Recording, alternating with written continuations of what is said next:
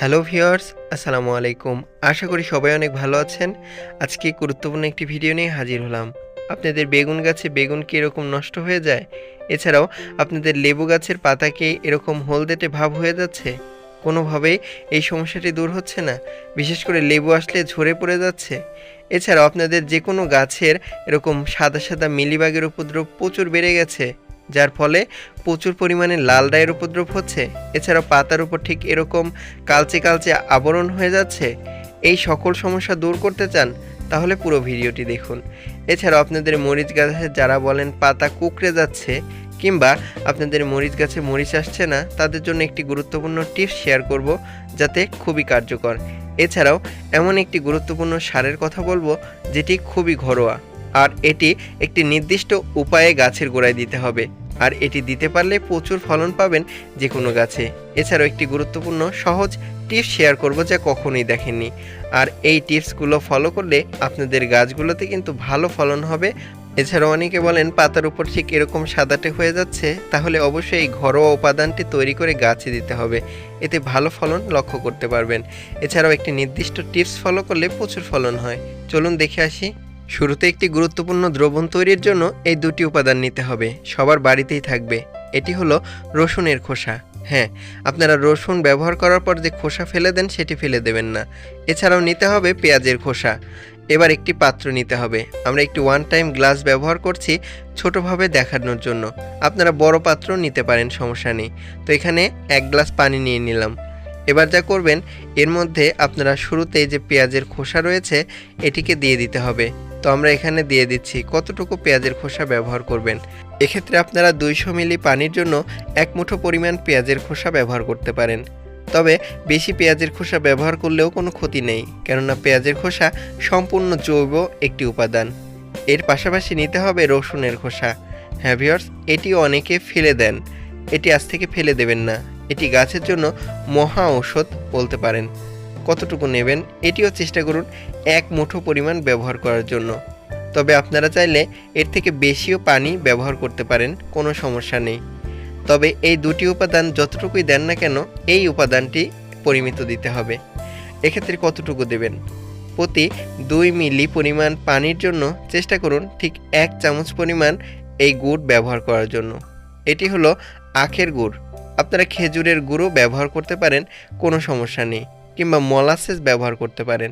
এবার এটাকে খুব ভালোভাবে নাড়াচাড়া করতে হবে কিছুক্ষণ ধরে, যাতে এই দ্রবণের সাথে মিশে যায়। আর গুড় ব্যবহার করার কারণে দেখা যাবে এটি ফার্মেন্টেশন ভালো হবে। এবার এটাকে ঢেকে 1 দিনের জন্য রেখে দিয়ে পরের দিন দেখতে পাবেন ঠিক এরকম কালার তৈরি হয়েছে। দেখতে পাচ্ছেন অনেকটা ডিপ হয়েছে। হ্যাঁ ভিউয়ার্স, এই দ্রবণটা কিন্তু অনেকটাই তৈরি হয়ে গেছে। তবে এভাবে গাছে দেওয়া যাবে না। এক্ষেত্রে শুরুতে আপনারা এটাকে আপাতত খুব সুন্দর করে ছেঁকে নেবেন। এক্ষেত্রে আপনারা ছাঁকনি ব্যবহার করতে পারেন, যাতে করে দ্রবণটি স্প্রে করে দেওয়া খুবই সুবিধা হয়। তো দেখতে পাচ্ছেন আমরা ছেঁকে নিচ্ছি। যেহেতু অনেকটাই পানি শোষণ করে ফেলেছে কিংবা ফার্মেন্টেশনে বেশ সময় লেগেছে, এ কারণে অনেকটা পানি চলে গেছে। এক্ষেত্রে আপনারা চেষ্টা করুন যতটুকু দ্রবণ তৈরি করা যায় ততটুকুই ব্যবহার করার জন্য। দেখতে পাচ্ছেন আমরা এতটুকু পেয়েছি। এর সাথে মেশাতে হবে পরিষ্কার পানি। আপনারা চেষ্টা করুন 100 মিলি পরিমাণ দ্রবণের জন্য 1 লিটার পানি মেশানোর জন্য। আমাদের এখানে 50 মিলি পরিমাণ দ্রবণ ছিল, তাই হাফ লিটার পানি মিশিয়ে নিলাম। এবার খুব ভালোভাবে এটাকে নাড়াচাড়া করে নিতে হবে, যাতে করে এই দ্রবণটাকে আর একটু এফেক্টিভ করা যায়। এভাবে নাড়াচাড়া করে গাছে প্রয়োগ করবেন বিকেলের দিকে। প্রতি 7 দিন পর পর এই দ্রবণটি যে কোনো গাছে দিয়ে দিতে পারেন, বিশেষ করে লতার জাতীয় লাউ, শশা কিংবা চাল কুমড়া এইসব গাছে। এতে করে কিছুদিনের মধ্যে বেশ ভালো রেজাল্ট লক্ষ্য করতে পারবেন।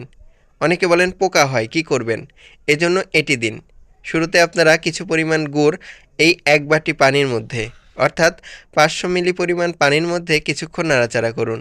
দেখতে পাচ্ছেন ঠিক এভাবে একটি দ্রবণ তৈরি করে ফেলুন।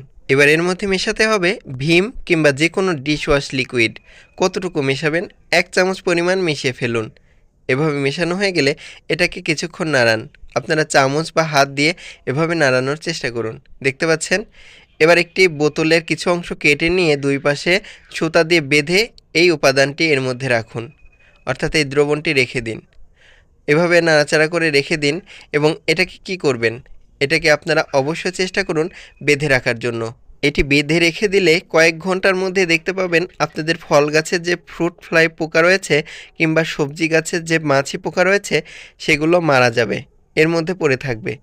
এটি করতে পারলে আপনাদের বেগুন গাছে কিন্তু অনেকে বলেন পোকার উপদ্রব প্রচুর হয়, বেগুন গাছ কাটলেই বা বেগুন গাছের বেগুনের প্রচুর পোকা হয়, এটি দূর হবে।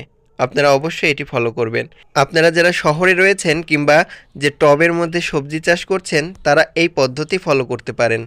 সেটি হলো স্যালাইন ব্যবহার করার সময়, অর্থাৎ আপনাদের ডাক্তারের দোকানে এরকম স্যালাইন ব্যবহার করার নল পাওয়া যায়। এটি সংগ্রহ করে বালতির মধ্যে কিংবা যে কোনো কিছুতে একটু দ্রবণ গুলিয়ে ঠিক এরকম গাছের গোড়ায় দিয়ে দিতে পারেন। এতে করে টিপ টিপ করে পানি পড়বে কিংবা এই দ্রবণটি পড়তে থাকবে।